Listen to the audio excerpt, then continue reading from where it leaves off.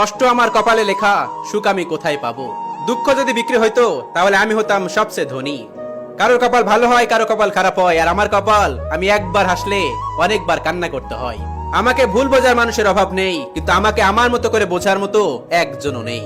দেখুন মানুষ কত আজব, নাটকে মানুষের বিপদ দেখে কেঁদে ফেলে, আর বাস্তবে মানুষের বিপদ দেখে নাটক মনে করে। গরিবের গায়ে হাত তোলা খুব সহজ, দুনিয়াটা হচ্ছে শক্তের ভক্ত আর নরমের জম। ফোন থেকে যে জিনিসটা আমি বেশি করে চাই, সেই জিনিসটাই আমার কপাল থেকে সবার আগে হারিয়ে যায়। কথায় আছে না, কেউ কাউকে ঠকিয়ে সুখী হতে পারে না। এখন আর শান্তির ঘুম ঘুমাইতে পারি না, শান্তির ঘুম যেন কে নিয়ে গেছে। চোখ বন্ধ করলেই ঋণ, টাকা দরকার, সংসারের অভাব, বোনের বিয়ে, আত্মীয় স্বজনের দেওয়া কষ্ট, অনেক স্বপ্ন, স্মৃতি, এগুলো চারিদিক থেকে ঘিরে ধরে।